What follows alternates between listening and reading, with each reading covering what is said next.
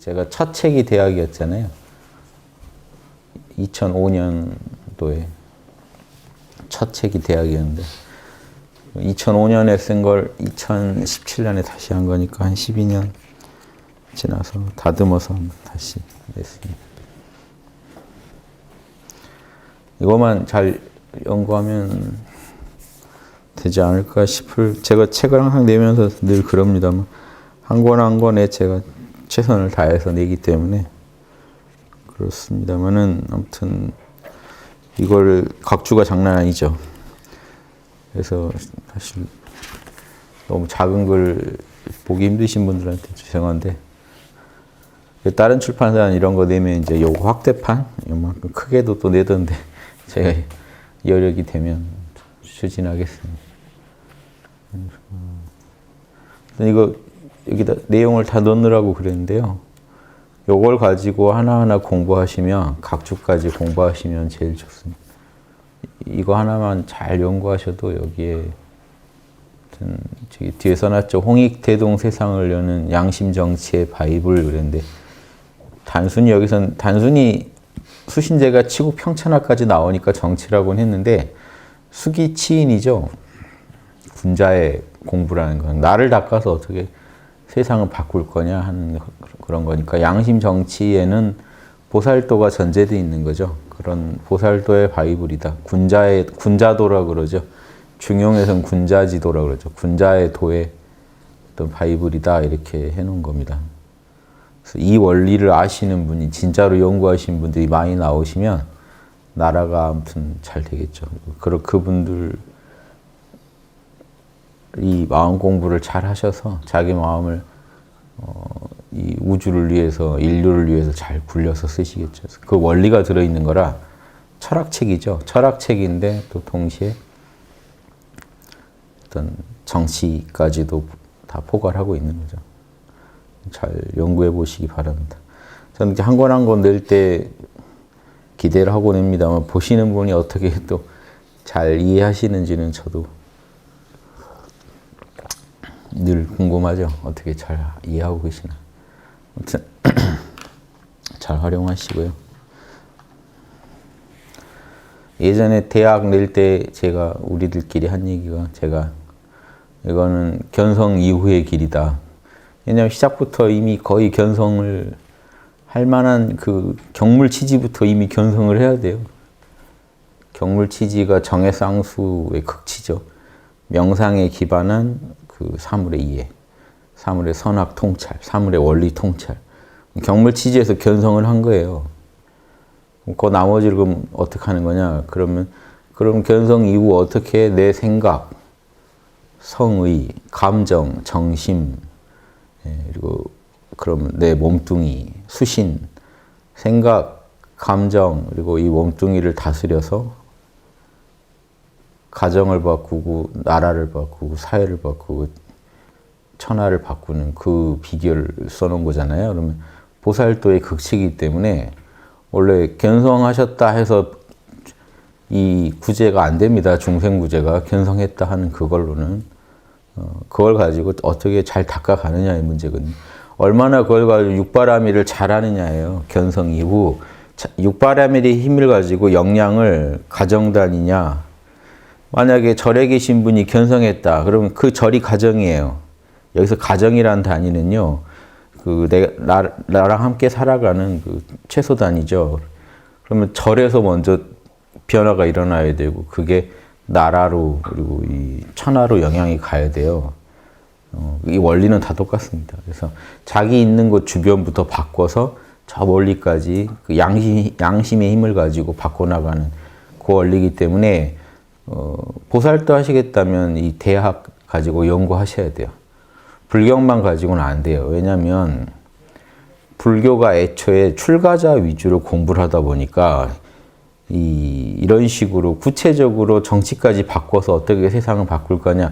보살도는 그게 극치인데도 불구하고 그게 말로 주로 나오고 실제 행은 다들 출가해서 사는 분들이 연구하다 보니까 그런 부분이 자세히 다뤄지지가 않아요.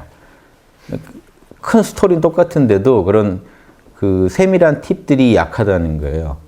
예, 그러니까 중생을 구제하겠다, 천하를 구제하겠다, 뭐 이런 거는 오히려 약한 얘기죠. 온 우주를 구제하겠다 이렇게 나가는데 실제로 지구별 하나 바꾸지 못하는 이유가 그 쉬운 얘기가 아니란 말이에요. 그래서 실전 팁, 보살도의 실전 팁이 듬뿍 들어있는 책이니까 책은 얇지만 꼭 보살들이 반드시 내 양심 가지고 세상을 어떻게 바꾸겠다는 거냐 하는 원리가 다 들어있는 건 이게 제일 자세합니다. 불경을 다 공부해 보세요. 거기서 수신제가 치국평천한 도리를 다 뽑아 보세요. 그러면 대학 안에 다 들어있을 겁니다. 그게 여러분이 아마 불경을 다 뒤져서 뽑아내셔서 그 부처님 말씀부터 연구해서 뽑아놓으면 이 대학의 원리가 거기 나와요. 그러니까 이거를 한 권으로, 이거 한문 원문으로는 A4 한 장밖에 안 돼요. 얼마나 이게 그 핵심만 뽑아놓은 요약집이겠습니까? 그런데 필수 원리는 다 들어있어요. 대단한 책이에요, 이게.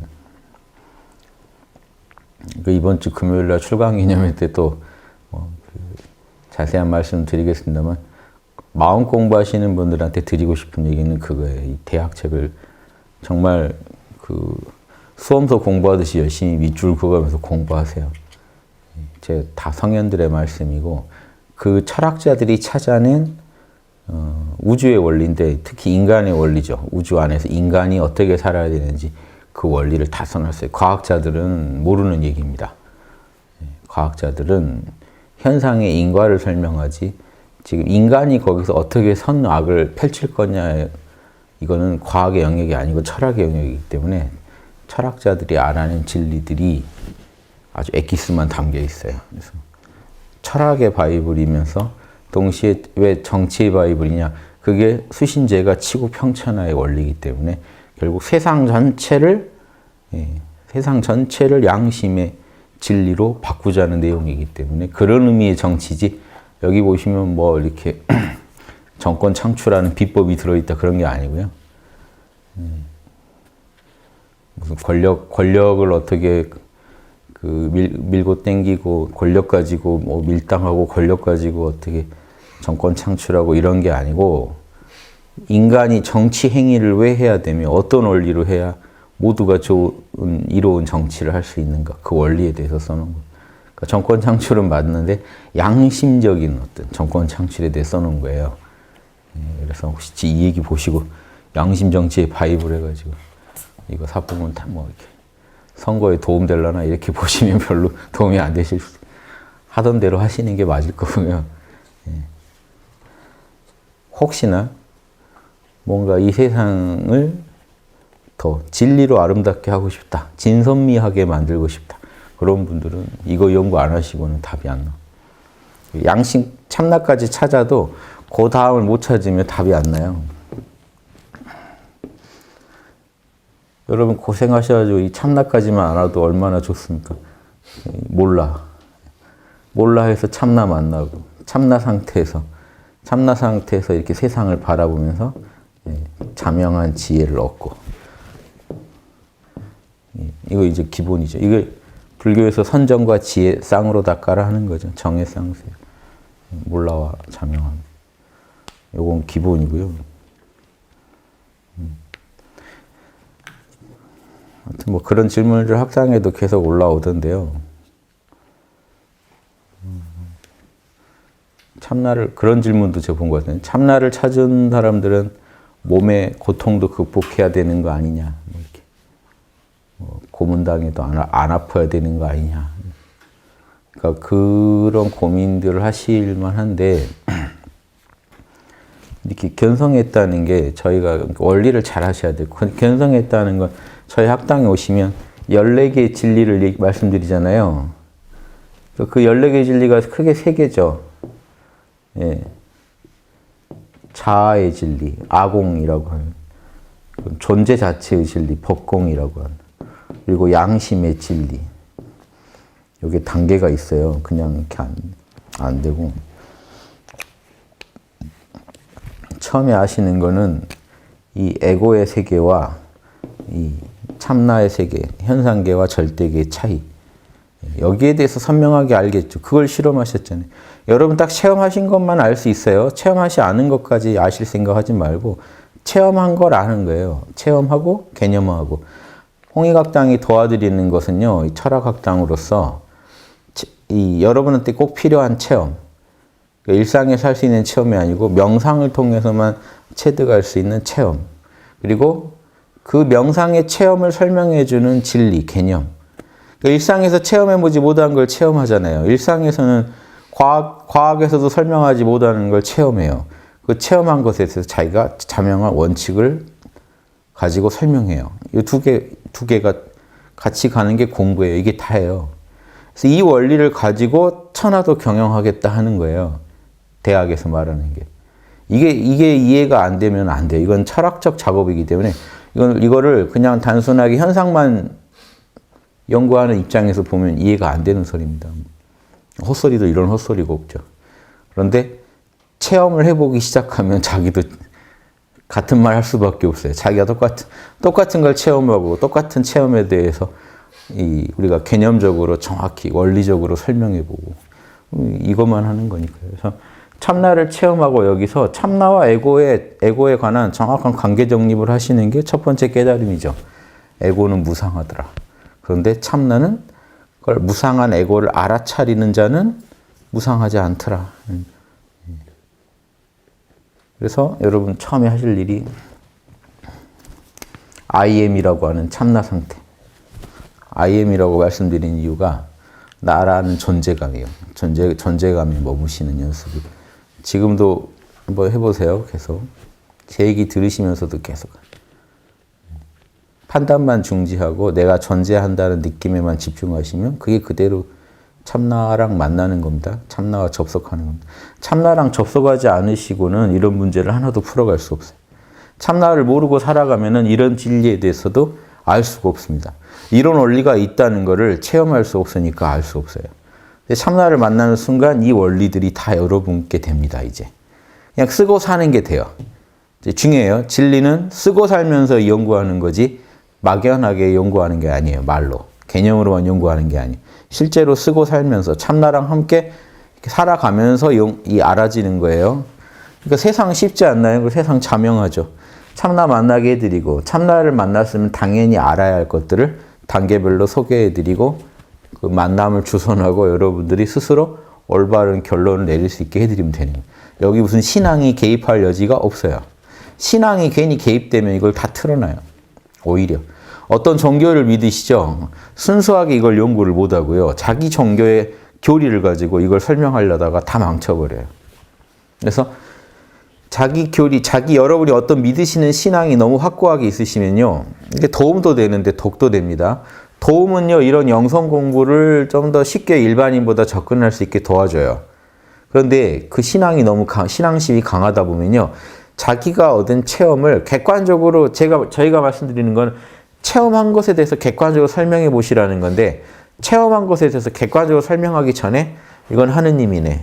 이건 부처님이네. 이렇게 이건 열반이네. 자기가 이미 딱 고정관념으로 딱 해석해버리면요. 뭐가 되냐면 이런 분들 참 안타까워 보는데 신앙심 깊고 다 좋은데 성령 체험, 견성 체험도 하는 것까지 좋은데요. 그게 자기의 고정관념, 평소의 믿음과 이게 뒤섞여가지고요. 자기가 실험해보지 않은 소리를 하고 다녀요, 또. 그러니까 실험해본 건 요건데 결국 그걸 가지고 엉뚱하게 자신의 고정관념을 더 강화해가지고 신앙심을 더 깊게 만들어서 더 멀리 가세요. 그러니까 남들하고는 더 대화가 안 돼요. 왜냐? 실험해보지 않은 얘기를 자꾸 하시니까. 그러니까 여기 이게 되게 중요한 부분이라 강조하는 거예요. 여기 오셔서는 제 강의 들으실 때는 제 강의 듣다가 앞서 나가지 마세요. 체험은 이걸 해놓고 벌써 멀리 가세요. 자기가 믿던 교리에 대한 확신으로 바로 이어지면 안 돼요. 실험해 보신 것에 대해서만 여러분 얘기하셔야 돼요. 요것만 지켜주시면 그게 경물치지의 기본이잖아요. 수신제가 치고 평천하까지 다 할 수 있어요. 근데 그 앞에 그걸 자신의 무지와 아집 이겨내는 이 과정을 제대로 완수를 못 하시면은 견성하면서 오히려 멀리 가버려요. 손도 못 댈 정도로 멀리 가요. 왜? 체험도 했거든요. 나 하느님 만났어. 하느님 영접했어.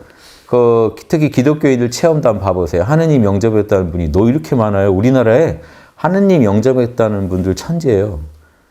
근데 그분들의 삶을 들여다보면은 영접한 사람은 아니거든요. 그런데 왜 저런 생각을 하게 됐을까? 제가 그런 고민을 많이 했어요. 분명히 사는 걸 봐서는 저는 아니거든요. 하는 말을 봐서도 자기 욕망을 만나놓고 자기 욕망을 객관화하듯이 이렇게 밖으로 표출한 다음에 그걸 만나면서 하느님을 만났다고 생각해요. 그런데 그럼 아예 그게 잘못됐는가? 제가 들여다봤더니 이런 걸 느꼈어요. 뭔가 참나 체험을 해요, 하기는. 성령 체험을 하긴 해요.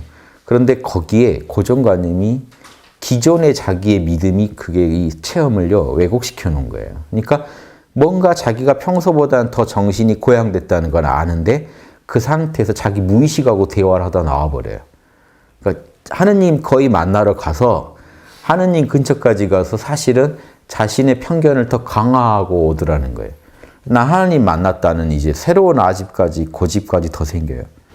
새로운 편견, 새로운 아집이 또 생겨요. 근데 실제 하느님 만난 사람이면 저런 말이 안 나올 텐데 딱 보면은 자기 욕심을 포장해갖고 다녀요. 그런 식으로. 그럼 아주 안 만났느냐? 그럼 뭔가 그렇게 자기가 하느님 만났다고 느낄 만한 또 뭔가 있어요. 감정적 고향이 있어요. 의식의 고향이. 그게 전 궁금했던 거예요. 그럼 왜 저렇게 되냐? 왜냐하면 저도 견성하면 다 된다고 말하려면 도대체 왜 그런 왜곡된 현상이 왜 나타나는지도 설명드려야 되잖아요. 그러니까 몰라 할 때 철저히 몰라 하세요. 그냥. 선입견이고 뭐고 다 몰라 하세요. 뭘 쥐고 몰라 하시면 참나를 만날 때 그놈이 발동해가지고 틀어버려요. 그 만남을 왜곡시켜요. 그래서 기껏 수행해가지고 일반인이 볼 때 더 멀리 간 이 사람들이 나옵니다. 그런 존재들이 나옵니다. 그래서 그것만 지켜주시면 모른다. 그리고 자명한 분석. 여기에 지금 무지나 아집이 끼어들 여지가 없어야 돼요. 예, 특히나 아집은 몰라로 날려버리시고 욕심은 무지는 자명으로 날리셔야 돼요. 이건 자명해. 내가 실험해 본 거야. 목에 칼이 들어와도 이 얘기는 내가 얘기할 수 있어. 이 자세가 아주 과학자도 이 자세 가져야 되지만 많은 분들이 요즘 오해하시는 게 저기 문과생들은 그 문돌이들은 과학적 마인드가 없어. 제가 봤을 때는 과학자들도 과학적 마인드가 별로 없어요. 들어가 보면 다 편견과 욕심에 좌지우지돼요. 똑같아요. 과학에만 필요한 게 아니라 원래 철학에 더 필요한 거예요. 왜? 철학은 정말 보이지도 않는 세계에 들어가서 탐구를 해요. 거기에 무지와 아집 부려버리면 큰일 나요. 근데 많은 분들이 지금 그 말을 들어도 싸요. 왜? 지금 많은 분들의 이 인문학을 연구하는 분들은 체험이 아닌 뭔가 이게 다른 자기 혼자 소설 쓰는 경우가 많아요. 세상에 대한 자기만의 해석을 철학이라고 생각하는 경우가 많아요. 그게 아니고 진짜 위대한 인류의 철학자들, 인문학자들은 인생을 정확하게 분석해서 거기서 법칙화한 거예요. 그 법칙들을 이런 고전에 남겨놓은 거예요. 이걸 정확히 알고 접근하는 분들이 드문 것 같아요. 그냥 이 사람 사유방식 마음에 드네. 인생 사는데 이롭네. 도움이 되네. 이런 식으로 이 인문학을 접근하니까 과학자들이 걱정하는 거예요. 저러면 안 될 텐데. 왜냐면 근거도 없고 실험도 안 된 소리를 그냥 믿음으로 자기 취향 따라 마음대로 믿으면서 세상을 마음대로 해석하고 있단 말이에요. 그럼 걱정될 만하죠. 우리 과학자들은 실험을 가지고 얘기하는데 그런데 마찬가지로 철학자들은 더 무형의 실험을 하고 있는 것뿐이지 더 엄밀한 정밀한 실험을 하고 있습니다. 그래서 그 맛을 제가 꼭 소개해 드리려는 거고 여기에는 과학 철학 없어요. 다 이렇게 하셔야 돼요. 뭐든지. 선입견은 몰라.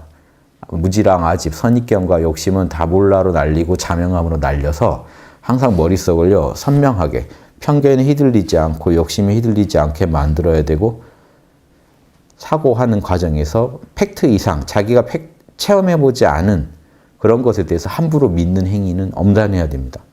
그렇게 해서 따라오시면 놀라운 게 그렇게 했을 때 지금 인류가 알아내기 힘든 이런 진리들을 여러분이 스스로 알아내실 수 있다니까요. 이게 중요한 겁니다. 참나 체험할 때, 그러니까 참나가 뭔지 정확히 여러분의 생각, 감정, 오감 이전의 존재감이에요. 또 과학하는 분들은 그럴 수 있어요. 그것 또한 내의 작용 아니냐? 내의 작용이건 말건 해보세요. 그러니까 하시고 자기가 하셔서 자기 내면에서 늘 참나가 존재하게 하세요. 그렇게 사는 게 제가 말씀드리지만 더 이로워요. 그러니까 그걸 뇌의 작용이냐 아니 뇌의 그런 작용도 좀 쓰고 살아보시라는 거예요. 참. 그러니까 상관없습니다. 거기에 대해서 뭐라고 생각하셔도 좋아요. 일단 체험해 보세요. 누리세요. 일단 누리시는 게 생활에 도움돼요. 제가 예전에 몰입책 썼죠. 왜 썼겠습니까? 거기 뭐 이렇게 종교 얘기 그런 얘기 안 나오잖아요. 근데 몰입 얘기만 하잖아요. 사람들이 몰입은 다 좋아하죠. 몰입해서 뿅 가는 것도 좋아하죠. 그것도 다 참나의 작용인데 알고 모르건 저는 누리시라는 거예요. 몰입의 즐거움을 누리시라. 그게 사실은 삼매의 악인데 그 알고 모르건 일단 누리시라. 그 도와드리려고 몰입책도 쓴 사람이다. 쓴 사람이에요. 그러니까 몰라, 자명, 일단 즐기세요. 그게 참나 아니어도 되잖아요. 이거 뿅 갈 만한 물건이니까 일단 사서 쓰세요. 돈 드는 것도 아니고 사서 쓰세요. 그거 견성 아니던데요. 견성 아니건 기건 뭔 상관이에요. 쓰세요. 쓰는 사람과 못 쓰는 사람이 있는 것 뿐이에요. 그러니까 쓰는 사람이 돼서 욕을 하세요. 욕을 하시더라도. 양이 안 찬다, 뭐 한다. 쓰시면서 얘기해 보세요. 쓰면 여기서 쓰다 보면 야, 옛날 성인들도 다 이거 썼구나 하는 걸 그냥 알 수 있습니다. 왜? 이걸 하고 성경을 보면 성경이 이해가 되고 고전을 보면 불경을 보면 불경이 이해가 되게 돼 있어요. 왜? 이거 쓰는 사람들이 써놓은 거예요. 다. 인문학에서 고전이라는 건요. 다 이거 쓰는 사람들이 해놓은 거예요.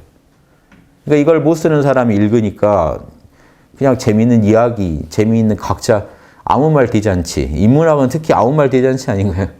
남들이 볼 때. 그게 아무 말 대잔치가 아니라는 거를 알아내셔야 되고 진짜 아무 말은 이게 아무 말이다라고 걸러낼 수 있는 안목이 생기셔야 된다는 겁니다. 그래서 처음에 자아에 대해서 연구해 보세요. 에고. 에고라는 물건. 이게 나인데 생각, 감정, 오감을 하는 주체. 이 나라는 게 사실은 무상하고 무상하니까 괴롭고 부처님 얘기했듯이 무상하니까 괴롭죠. 왜? 계속 변해야 돼요. 그래서 괴롭다는 건 내 뜻대로 되지 않는다는 걸 말하는 거예요. 늘 고통이 찾아온다는 게 아니에요. 무상하니까 고다 하는 거는 고는 여러분 뜻대로 되지 않는다는 거예요. 그 물건이. 무상하고 무상하니까 그 괴로움이 있고 근원적인 괴로움이 있죠. 무상하다는 거는 변한다는 얘기죠. 나도 사라져야 되고.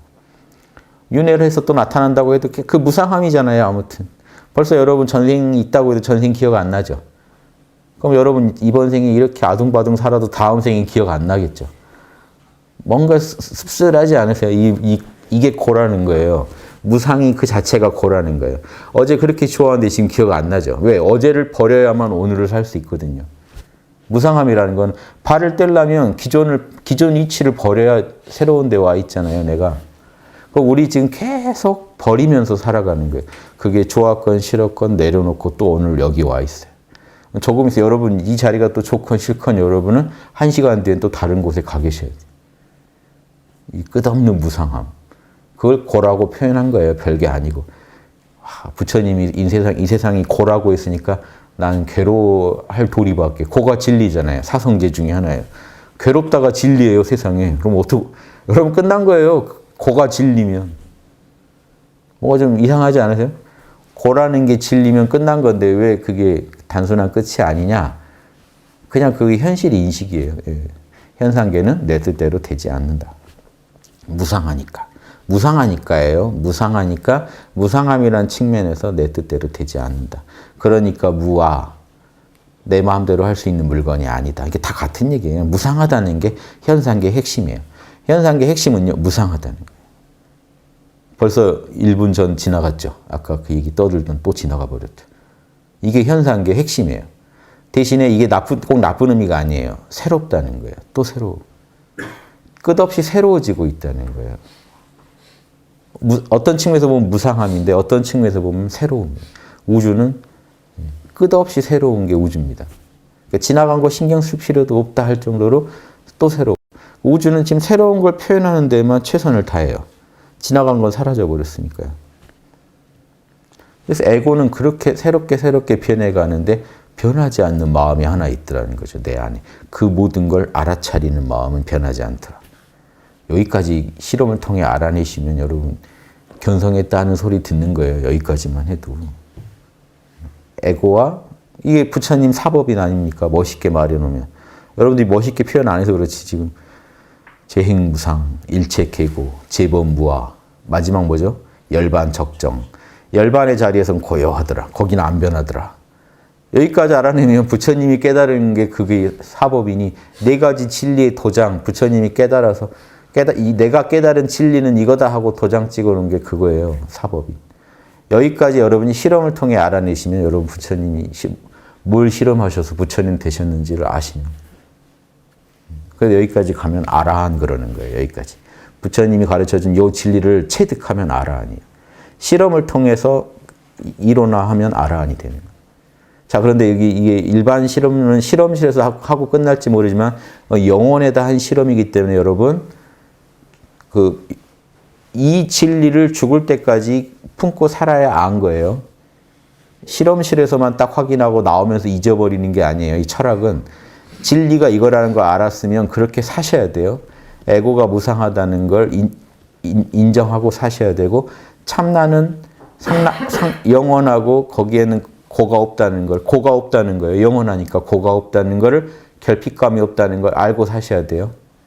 이걸 시시각각 여러분 삶에 반영해 가면서 살아야 알았다라고 하는 거예요. 요게 좀 달라요. 과학이랑. 철학은 자기 영혼에다 실험을 하고 알아내는 거예요. 근데 이게 진리다라고 말을 하고 돌아서서 잊어버리시면 그거는 일시적으로 여러분 안에서만 진리로 인정받은 거지 진리로 인정받은 게 아니에요. 지금 존중해 주지 않으시고 그걸 진리로 따르지 않는다면. 그래서 이 철학적 작업은 내 영혼에서 실험하고 거기서 진리로 받아들여진 것은 따라야 됩니다. 따라 주셔야 그걸 진리라고 계속 여러분이 인정하시는 게 돼요. 근데 어느 날 또 안 따르고 있다면 버리신 거예요, 여러분. 그게 진리라는 걸 버리신 거예요. 그래서 어디 가서 그게 진리야라고 얘기하시면 안 되는 거예요. 자기 또 따르지 않는. 확인만 해봤다라고 얘기하셔야 돼요. 내가 확인해봤는데 그게 진리긴 진리더라. 근데 나는 그렇게 안 살고 있다. 이것까지 여러분이 알고 계셔야 된다고요. 뭐 어러다가 이제 자기께 될 때가 와요.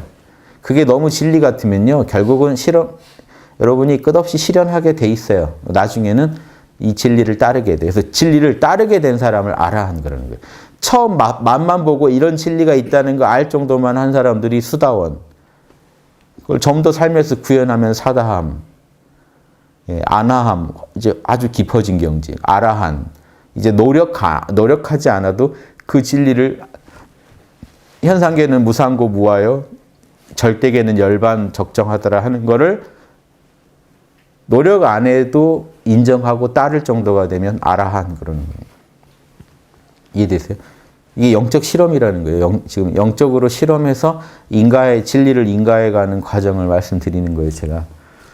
그럼 여기 단계가 있다고요. 두 번째는 이 정도 된 존재가 봤을 때 단순히 무상고 무아, 여기는 열반 적정 이런 관계가 아니라 가만히 봤더니 에고가 참나의 작용이더라는 거예요. 참나 상태에서 여러분 살아가 보시면 에고의 그 무상고 무아마저도 참나라는 바다의 파도일 뿐이라는 걸 알게 돼요. 둘이 아니라는 거예요. 깨어서 계속 살아가시다 보면 거기까지 인가하게 되면 그럼 아라한들은 이걸 모르느냐? 아라한도 알아요. 사실 아라한도 아는데 참나 상태 살아가면 알 수밖에 없어요. 그러니까 이 초기 경전에 보면요. 아라한들이나 부처님도 이런 얘기를 해요. 현상계가 본래 공하다 이런 말들이 한 번씩 나오는데 그게 열반의 입장에서 보니까 사실 둘이 아닌 그 느낌이 계속 오거든요. 그런데 보세요. 체험은 있는데 말을 그 정도로만 하면 별 의미가 없어요. 왜 그러냐? 애초에 초기 불교는 현상계에서 떠나기 위해서 나온 철학이에요. 그래서 현상계를 더 이해하려고는 안 합니다.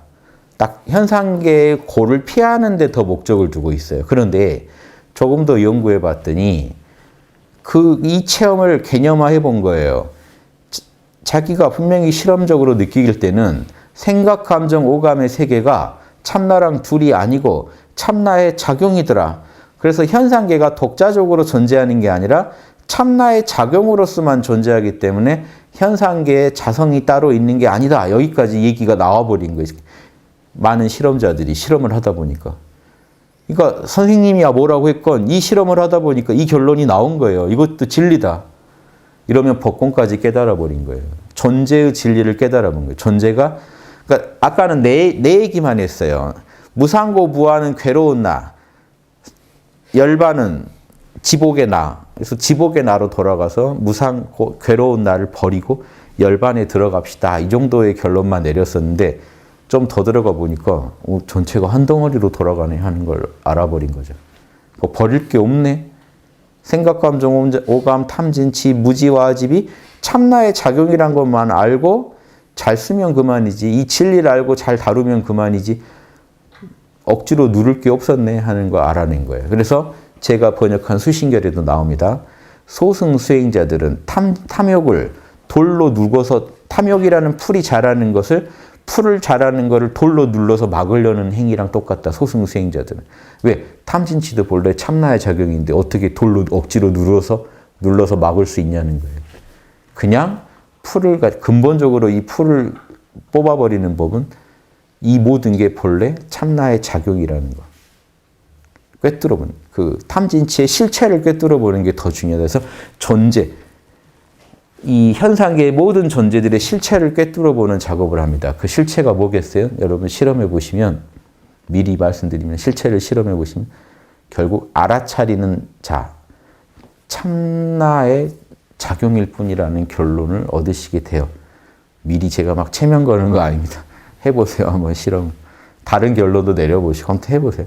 본인이 제일 찜찜하지 않고 자명하다 싶은 결론을 찾아보세요. 제 말에도 흔들리지 마시고. 윤홍식 말에 내가 틀렸다는 걸 입증하겠어요. 이런 각오로 수행하셔도 좋아요. 아무튼 그래서 자명하면 진짜 자명한 거니까. 그 정도 마음으로 하셔야 돼요. 어설프게 제 얘기를 그냥 믿으시면 여러분도 지금 실험이 제대로 된 게 아니기 때문에 여러분 영성도 개발이 안 되고 저도 여러분의 도움을 못 드려요. 그러니까 철두철미하게 분석해 보셔서 진짜 맞더라 이 얘기가 나와줘야 서로 깨끗해집니다.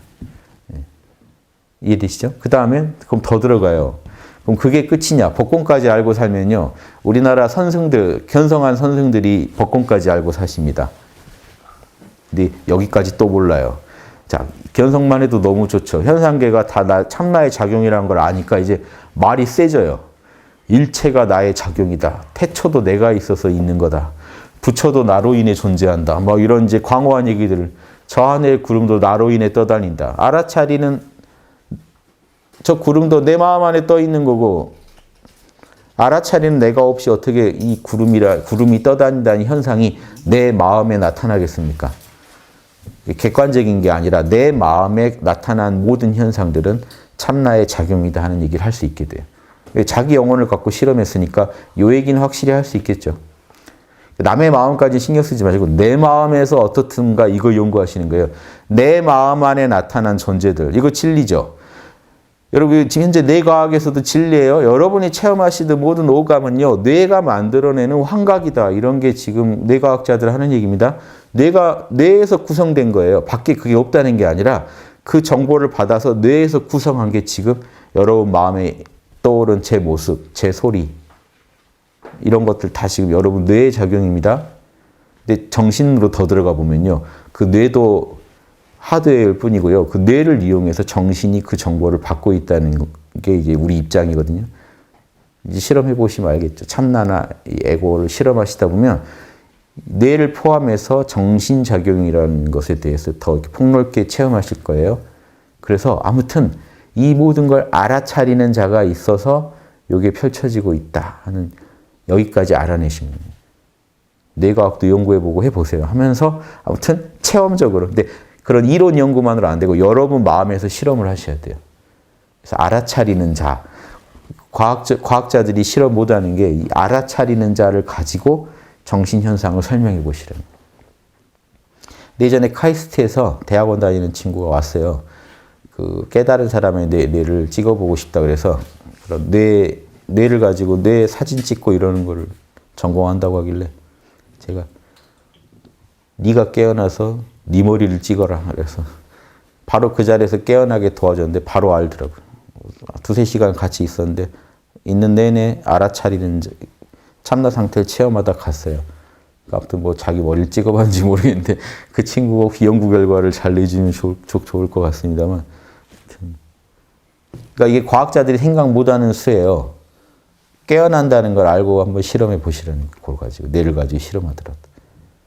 그래서 예전 철학자들은 그걸 가지고 분석한 것뿐이 그 몰라 자명의 그 상태에서 분석하니까 이걸 알아요. 일체 유심조가 별게 아니라 지금 내 눈앞에 보이는 저 산, 구름, 여러분 모습마저도 알아차리는 나의 작용으로 지금 내 마음에 나타났다는 거예요. 여러분이 실체가 없다는 게 아니라 내가 경험하는 모든 것들이 알아차리는 자로 인해서 내 마음에 이런 모습으로, 이런 촉감으로, 이런 소리로 나타나 있다는 거 알아낸 거예요. 대단하지 않습니까? 그거 알아냈다는 게. 이게 유식학이에요. 이걸 써놓은 게 유식학. 대단한 거예요.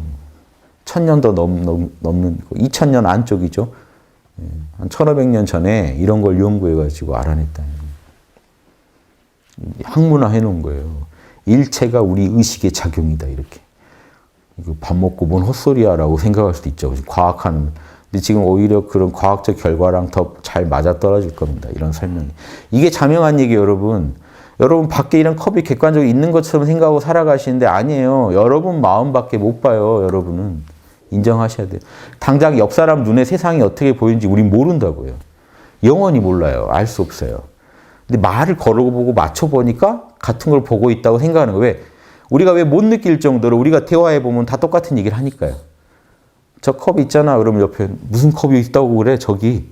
이러면 이제 둘이 무서워지는데 삶 과정에서 우리가 경험적으로 웬만한 걸 우리가 같이 보고 있다라고 그냥 그렇게 알고 사는 거예요. 실제로 조사해 본 게 아니라. 그러다 저기 옆에 사람 안 보여? 안 보여. 그럼 귀신 되는 거예요. 그럼 이제 미스테리 현상이 되는 거죠. 그럼 미스테리한 현상이잖아요. 그러니까 그런데 사실은 우리가 알아셔야 되는 건 사실은 여러분은 여러분 모니터밖에 안 보고 있다는 거 절대 볼 수가 없어요. 남을 볼 때도 우리 마음을 통해서 보는 거지 그 사람 마음을 가지고 바로 볼 수가 없기 때문에 상대방 마음의 우주가 어떻게 보이는지 몰라요, 사실. 우연히 접속해 봤더니 남의 마음에는 온통 노란 색깔로 우주가 펼쳐지고 있을지도 모르는 거잖아요. 근데 모른다고요. 왜? 확인할 길이 없죠, 우리 입장에서. 그러니까 과학적으로 대충 유사하리라고 보고 살아가는 거예요. 그런데 오히려 이 철학자들이 더 자명한 걸 추구한 거예요. 아니다, 인정하자 이거야. 우리는 우리 것만 본다고 인정하자. 이렇게 선언한 거예요. 이게 더 자명한 얘기입니다. 지금 어떤 과학보다 자명한 얘기예요? 왜? 과학자들도 객관적 세계가 있는 것처럼 하고 접근하지만 더 그 전에 전제해야 되는 건 우리는 과연 같은 세계를 같은 식으로 관찰하고 있는가부터 얘기를 해야 돼요. 이게 철학에서 인식론이라고 하는 거예요. 우리는 이 세계를 어떤 식으로 인식하고 있는가. 이것부터 고민하지 않고 그냥 이 막연히 같으리라고 보고 접근하고 있는 거죠. 이런 막연한 전제들을요, 날려버리는 게 철학자들이 했던 작업이에요. 그동안 날려고. 과학자들이 해야 될 작업도 그래요. 기존의 그런 막연한 관념들을 날려버리면서 과학도 진보하죠. 철학도 마찬가지입니다. 세상을 바라보는 그 안목을요, 계속해서 더 자명하게, 더 엄밀하게 만들어 온 작업이거든요, 철학은. 그래서 이런 식으로 한번 실험해 보세요. 그래서 몰라, 자명 가지고. 그러니까 제 말을 믿어야 된다도 없는 거예요. 실험을 하신다고 생각하셔야 돼요. 진짜 한번 해보자. 욕을 하더라도 해보고 욕하자 하시는 게 좋아요. 제일 안 된 분들이 유튜브 보면 안 해보고 욕하시는 분들은 답이 없죠.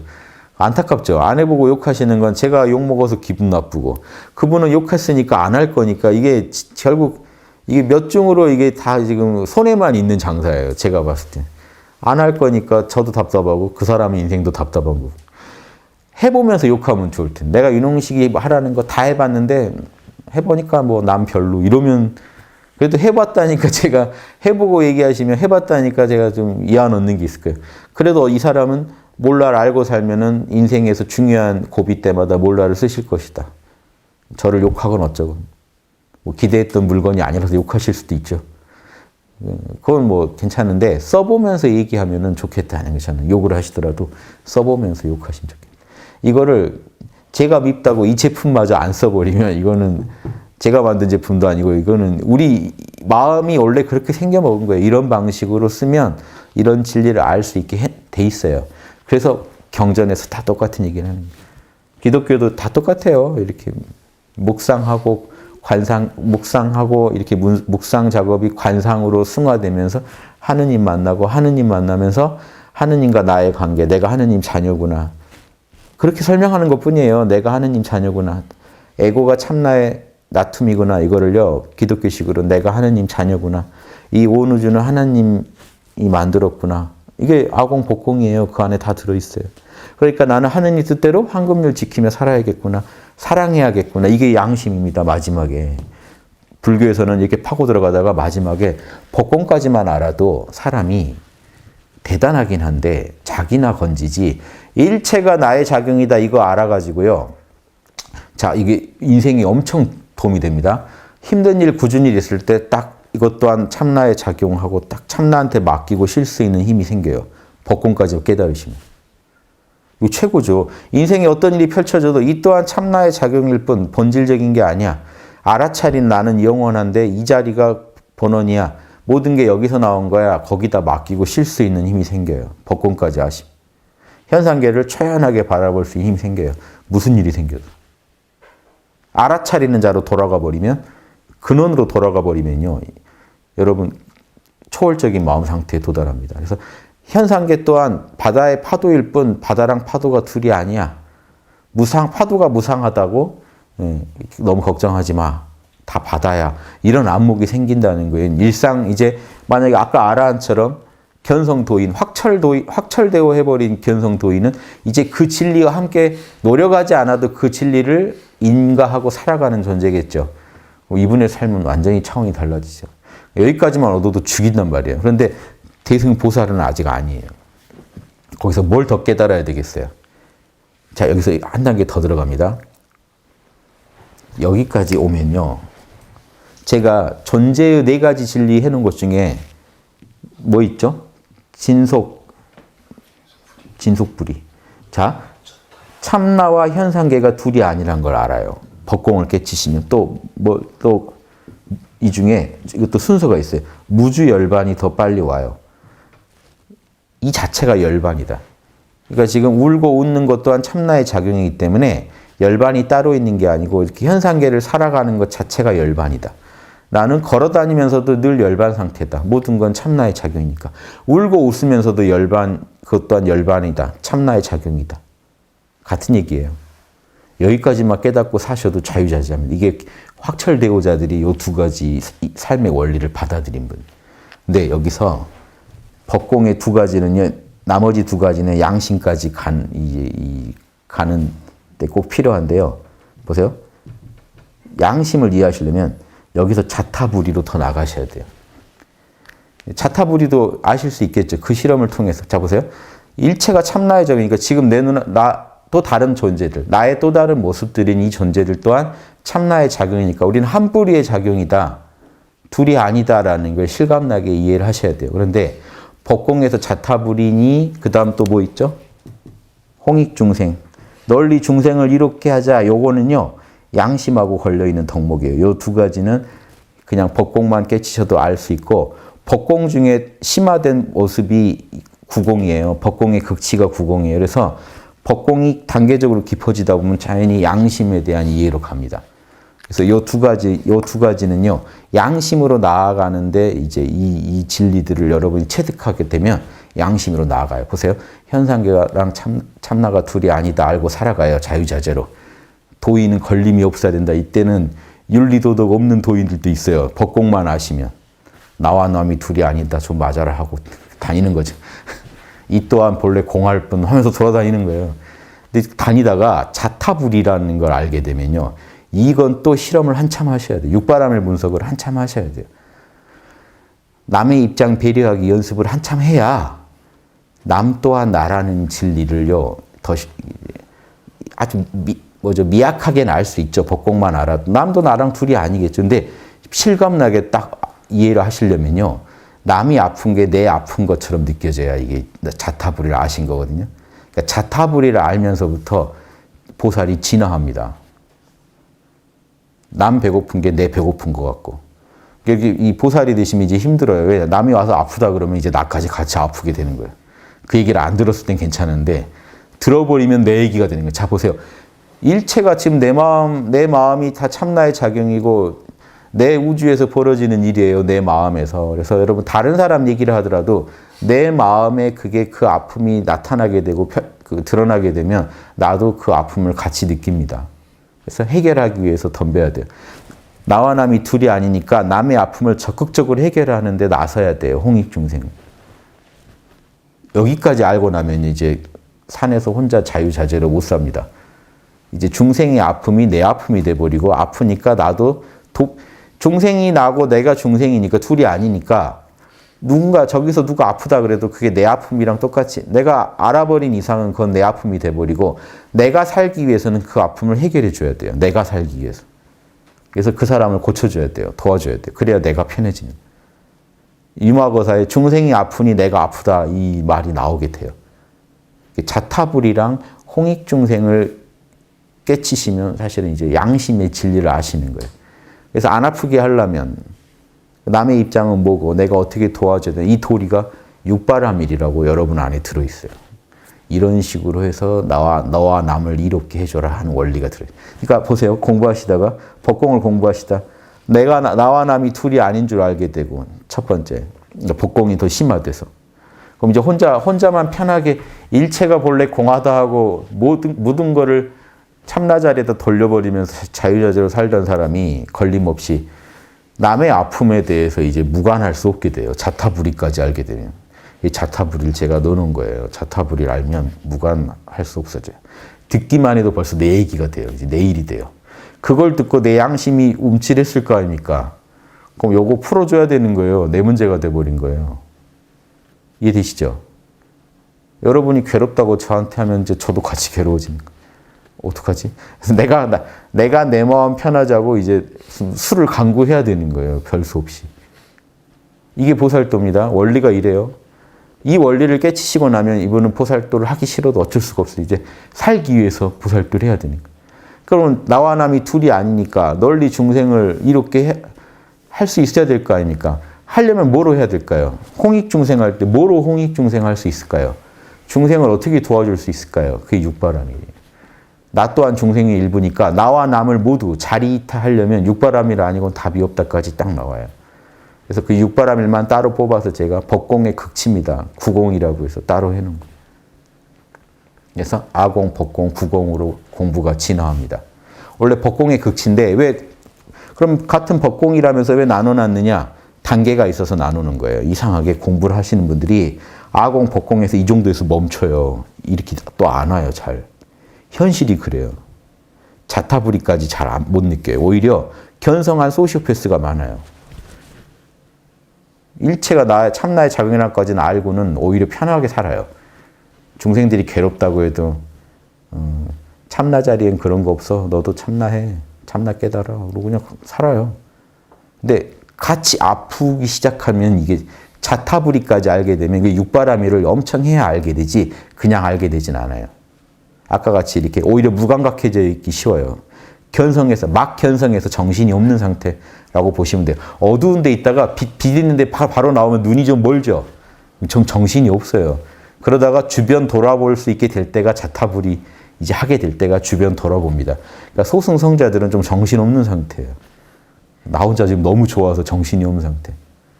너도 나 부럽지? 뭐 이러면서 너도 부러우면 견성해. 이런 말밖에 안 해요. 견성하면 최고야. 견성하면 돼. 뭐 이것도 도와주는 거긴 하죠. 이런 덕담이라도 해주는 것만 해도. 근데 그게 아니라 그 정도가 아니라 남의 문제가 내 문제처럼 탁 와닿기 시작하면 이제 보살도가 시작됩니다. 진짜로 보살. 이러려고 견성했구나 하는 걸 알게 돼요. 그래서 지금 특히 힘든 시대예요. 보살들이 살기 힘든 시대예요. 스마트폰이라도 사시면 전 세계의 고통이 다 전화기 한 대를 통해 다 전달돼 와요. 예전 같으면 모르고 사셨을 일을 정보를 너무 많이 접한다고요. 중생이 아픈 소식을 너무 많이 접해도 안 돼요. 보살이 왜 영양이 이제 갓 보살 됐는데 갑자기 관세음 정도 돼야 세상의 모든 아픔을 다 관하지. 이 갓 보살된 사람이 갑자기 이렇게 너무 많은 그 중생을 도우려고 하면 오히려 자기도 이제 힘들어지거든요. 그러니까 그 보살도 닦으실 때 적절하게 제가 항상 영양껏 여러분이 감당할 수 있는 만큼만 하시라고 하는 게 자타불이에는 한계가 없거든요. 그러니까 조절하셔야 돼요. 여러분이 도울 수 있는 것부터 우선순위를 정하셔서. 이해되시죠? 근데 왜 도와야 됩니까? 나와 남이 둘이 아니란 진리를 알게 되니까요. 남 또한 또 다른 나의 모습이에요. 여러분, 요즘 평행우주 이런 얘기 많이 하죠. 평행우주는 가설입니다. 이번에 양심 캠프 갔을 때도 어떤 분이 질문하시더라고요. 평행우주랑 이 수행, 우리 학당에 있는 수행관과 어떻게 접목, 제가 그런 걸 신경 쓰지 마시라고 했어요. 즉, 내가 이런 거죠. 내가 여기서 돌을 닦아봤자 또 다른 평행우주에서는 내가 망나니일 수도 있잖아요. 그러니까 지금 나는 또 돌을 못 닦아도 다른 우주에서 내가 부처일 수 있지 않느냐. 내가 굳이 돌 닦을 필요가 있느냐. 뭐 이런 말도 안 되는 가설을 가지고 말도 안 되는 논리를 막 이렇게 주장하시면 안 된다는 거예요. 평행우주는요, 그런 차원에서 보실 필요가 없고, 그거는 과학자들이요, 자기들이 학문화하다가 세운 가설 중에 하나예요. 그래야만 설명이 되는 부분이 있어서 논리적으로만 주장하고 있는 거고요. 평행우주보다 더 기가 막힌 거 얘기해 드릴게요. 여러분이 저의 다른 모습이에요.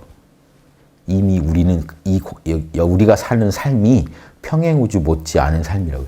내가 옛날에 망나니로 살았으면 어떻게 됐을까 하는 게 여러분일 수 있어요. 뭔 얘기 하겠어요? 내가 돌을 닦았다면 그게 부처님이에요. 참나자리에서는 다 나죠. 둘이 아니기 때문에 지금 여러분 또 다른 우주의 나를 상상하실 필요가 없다고요. 지금 존재하는 다른 모습들이 나의 다른 모습이에요. 내가 만약에 노래를 잘했다면 노래 잘하면 지금 가수가 됐겠죠. 그 가수가 사실은 나의 또 다른 모습이에요. 아시겠어요? 지금 전체가 나라니까요. 진짜로 참나를 알고 보면 전체가 나예요. 나 혼자 힘들다 하실 필요가 없어요. 전체가 나예요. 자타부리는 그걸 진짜로 실감나게 계시는 거예요. 참나자리로 육바람을 하면서 살아가다가 진짜 나구나. 그러면 그 사람을 안 도울 방법이 없어져요. 절박하게 그 방법을 찾게 됩니다. 그 방법론이 우주가 이미 우리 영혼에다 새겨놨어요. 육바라밀로 하면 나와 남이 다 구원받으리라 하고 새겨놨어요. 그거 꺼내서 쓰면 돼요. 그래서 육바라밀까지 딱 결론이 나면요. 보살한테 필요한 정보는 다 얻으신 거예요. 그럼 그 이후, 그럼 일지보살 돼요. 그럼 일지보살은 십지될 때 또 공부 엄청 해야 되는데 왜 이 진리가 여기서 끝납니까? 육바라밀을 더 깊이 이해할 뿐이에요. 새로운 정보가 있는 게 아니라 육바라밀을 더 깊이 이해할 뿐이에요. 아셔야 할 건 이 14개 안에 다 들어있어요. 보살의 핵심 진리입니다, 이게. 이해되세요? 이래서 말이 지금 보살이란 말 써서 오해하시면 안 돼요. 철학자가 깨닫는 게 결국 이거예요. 철학자의 진리예요. 에픽테토스 이런 데 보면요. 소크라테스 파 중에 한 파가 소크라테스가 벌써 보살의 아주 전형적인 모습입니다. 소크라테스의 변론 보세요. 신의 명령으로 내가 아테네를 깨어나게 하라 하고 신이 명령했대요. 아테네 사람들의 혼을 진선미하게 만들어라 해서 내가 어쩔 수 없이 했다고 돼 있어요. 신의 명령으로. 신에 봉사하기 위해서. 보살의 모범이 되고 그렇게 살다가 진리를 위해서 자기 목숨도 버리고 갔죠. 사형당하고 감수하고 갔죠. 이게 모델이 돼서 서양에서 많은 보살들이 탄생합니다. 그게 서양 철학자들이, 서양 철인들이요. 서양 보살들이에요. 그래서 지금은 철학이 무슨 개념 따지는 논리 아주 형식적인 학문으로 흘러버렸는데요. 예전에도 그런 맛이 있었는데 그런 걸 거부한 사람들이 소크라테스의 진짜 제자들이었어요. 오히려 그거 따지고 있는 사람들은 소피스트의 제자들이에요. 소크라테스가 그렇게 복잡하게 따지는 거 좋아하지 않았습니다. 진리를 실현하고 신에 봉사하는 거를 주장했죠. 뭐 선이 아니고는 신과 인류에게 이롭지 못하기 때문에 진선미만 연구하고 실천하고 그랬던 거예요. 그래서 플라톤 파가 있고 또 한 파가 안티스테네스 파, 디오게네스 그 안티스테네스의 제자가 소크라테스의 제전 제자죠. 디오게네스가 견유학파라고 그러죠. 견유학파. 개처럼 산다고. 통에 살고 가진 것도 없고 알렉산더 대왕도로 비키라고 하는 양반 있잖아요. 이분이 그러면 우리가 볼 때 그 통에 살면서 뭐 했을까요? 철학을 했죠. 대낮에 등불 들고 다니고 깨어있는 자들을 찾는다. 그러니까 이런 양반들을 에픽테토스라는 또 그분도 소크라테스 제자죠. 그 나중에 소크라테스 정신을 계승한 철학자거든요. 이분도 이런 논리학 이런 거 다 우습게 봐요. 그런 형식적인 거 따지는 거는. 진짜는 하늘의 뜻을 따르는 것밖에 없어요. 철학자들은. 그래서 그 견유학파를 에픽테토스한테 누가 질문하니까 그 견유학파들을 뭐 하는 놈들이래요 하니까 얘기를 해줘요. 그 사람들은 왜 결혼도 안 한대요? 그러니까 그 당시 서양에서도 결혼 안 하면서 그렇게 막 거지처럼 살면서 도대체 뭔 짓거리냐라고 얘기한 거예요. 그러니까 에픽테토스가 그 사람들은 세계 동포들을 자기가 깨어서 세계 동포들이 잘 살고 있는지 감시하고 깨어나도록 돕는 역할을 하느라고 결혼할 시간이 없는 사람들이고, 그러기 위해서 일생을 바치는 사람들이. 전형적인 보살도 얘기가 나옵니다, 거기. 서양 철학의 정신입니다, 보살도의 원래. 오해하시는 거예요. 지금 아주 그 서양 철학의 끝물, 지금 어느 학문이나 다 끝물로 가 있어요. 불교도 끝물이고 다 지금 끝물이에요. 끝물을 가지고 그 원류를 함부로 이렇게 얘기하시면 안 돼요. 소크라테스 변론을 한번 읽어보세요. 제 강의도 있죠. 그래서 소크라테스가 대서 한번 같이 읽어보시고 그 대사를 음미해 보시면 한 편 한 편이 아주 주옥 같은 말들이 막 나옵니다. 전형적인 보살도입니다. 예수님 못지않게 하느님 뜻대로 살다가 자기를 하늘에 바치신 분. 신앙인의 모습도 거기 보여요. 이런 얘기를 제가 전하고 싶습니다. 역사상 종파불문 보살들은 제가 다 발굴해서 소개해드리고 보살도가 이런 거다. 인류는 계속 걸어왔고 이 길을 걷는 분들이 계셨기에 우리가 이만큼이라도 우리가 양심과 진리를 알고 사는 거다 얘기 드리면서 이 얘기만 드리고 끝이면 재미없죠. 우리가 어떻게 이 길을 더 그분들의 가르침을 바탕으로 어떻게 이 시대에 더 제대로 그 길을 걸을 것인가, 보살의 길을 걸을 것인가, 그 얘기를 소개해 드리는 게 이제 제 임무죠. 그래서 이런 그 진리를 또 어떻게 또 진리와 그 진리를 얻는 법을 소개해 드리는 겁니다.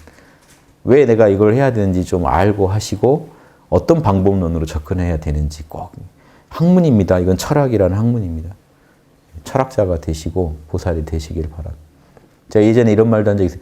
중생을 보호하고 살펴서 보살이다. 우리말로 어떻게든 갖다 붙여 보려고 노력했습니다. 자꾸 종교생 난다, 보살이 종교생 난다고 하시는 분도 계셔서. 근데 아무튼 상관없습니다. 인류가 걸을 수 있는 가장 위대한 길입니다. 그래서 소승에 나 혼자 깨쳐서 어디 열반을 누리자는 것도 아니고, 세속에 빠져서 중생과 함께 그냥 구르자는 게 막연히 구르자는 것도 아니고, 깨어서 중생 속에서 중생을 이롭게 하는 일을 해나가면서 중생과 함께 자신을 성장시키는 그런 존재가 되자. 그 말씀 드리고, 그러려면 요 진리만 아시면 된다. 실험을 통해서 아실 수 있다. 신앙으로 접근하시면 안 된다. 신앙은 공부 시작할 때까지는 도움이 되는데 시작하고 나서는요 아주 엄밀해지셔야 돼요. 엄밀한, 그게 오히려 진정한 신앙입니다. 이렇게 해서 얻은 진리들을 신앙하셔야 진짜 신앙인이지, 그러니까 이렇게 막연한 신앙은요 공부 시작하기 전까지만 도움이 되고 이제 내려놓으셔야 돼요. 이 공부를 진짜 시작하면 진짜 내가 알아낸 진리들을 신앙하겠다 하는 자세로 바뀌셔야 돼요. 모르고 신앙, 막연히 신앙 이게 아니고 그냥 들은 말을 그대로 신앙하겠다가 아니라 내가 확인한 것만 진리로 내가 신앙하겠다. 그게 진짜 신앙이에요. 이 진짜 신앙의 유치한 신앙에서 벗어나시지 못하면 유치한 신앙의 단계에 머물러 버립니다. 좋은 공부를 해도 다 망쳐요.